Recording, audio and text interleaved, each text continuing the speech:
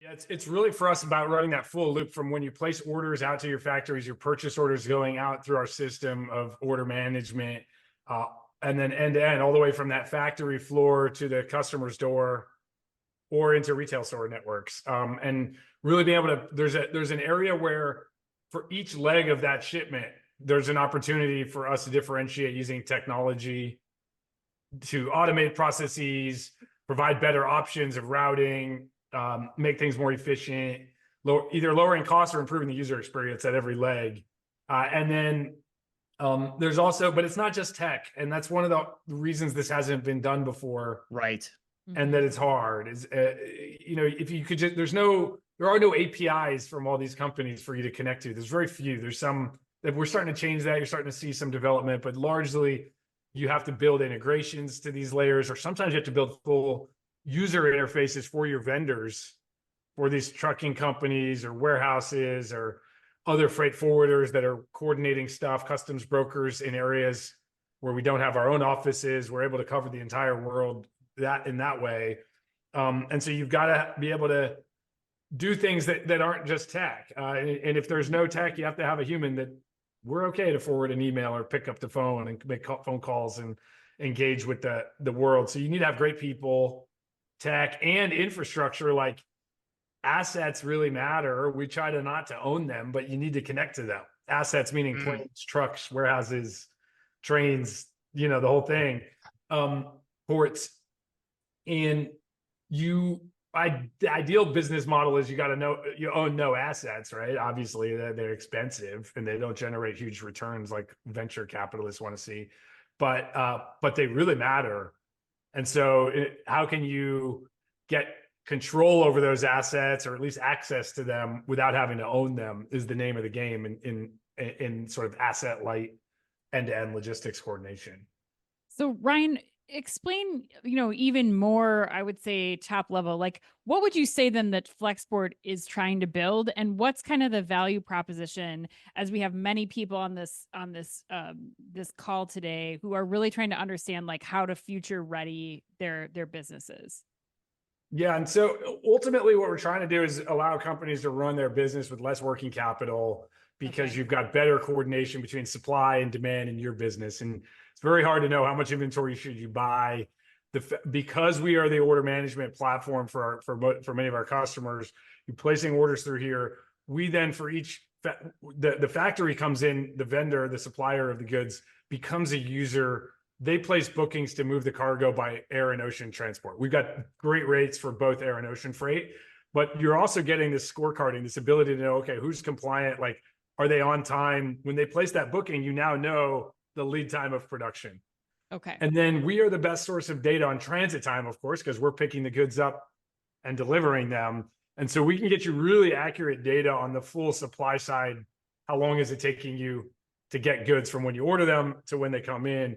That is very helpful for brands figuring out how many units to order, when should I order them. And then we're a great execution layer to actually make sure that those transit times are fast, the prices are affordable, and really have like a one-stop shop for all of the services you need. Now, you don't have to buy everything from Flexport. All these things are modular. You can just use ocean freight or just air freight or just customs, but they're all much better when you bundle them and can go fully. That's the end-to-end piece, fully door-to-door, because the more you do on platform, the more data that we're able to help you organize and present back to you, the fewer handoffs there are, because it's all us lowering costs, and we give that back to customers. We're now the third largest ocean freight forwarder in the United States, similar on air, third or fourth. Okay. And as we get bigger and bigger, our costs come down, we purchase better, and that helps spin the flywheel further as we lower our prices for our customers.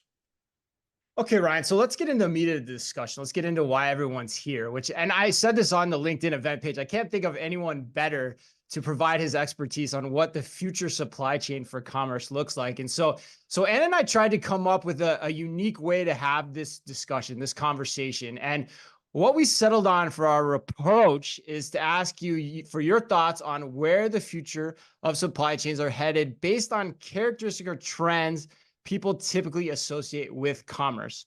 all under the guise of what is or is not true about the future. Or said another way, where would you place your bets, Ryan? That's what we want to know. Where would you place your bets and on what?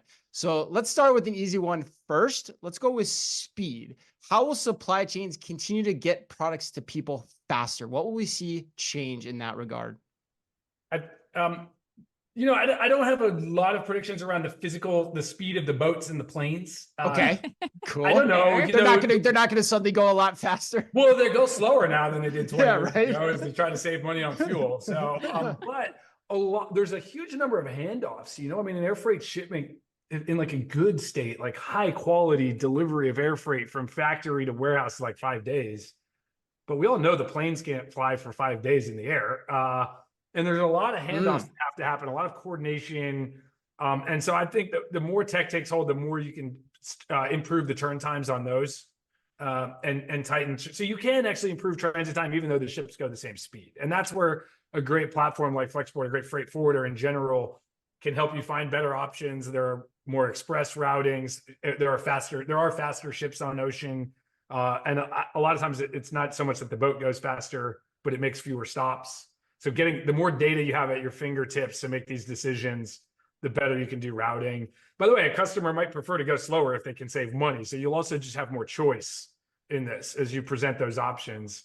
And then the speed to the final customer delivery is really about how do you position the inventory so that you can cut the amount of distance, so that you have forward deployed small caches of inventory everywhere is better than a single DC in the middle of the country trying to serve everybody. If you can get the working capital model to work out, because you're duplicating inventory stores. So that's where I think data can help a lot too, is figuring out, okay, for some of your SKUs, you want to distribute inventory into more locations for the ones that are really selling a lot. For others, you don't have enough, you're not selling enough to justify duplicating the inventory. I think that's where data and speed come together. It's not so much like, I don't really have predictions. I've seen some people pitching like, oh, we're going to make this like hydrofoil container ship or whatever, but I'm a real skeptic on.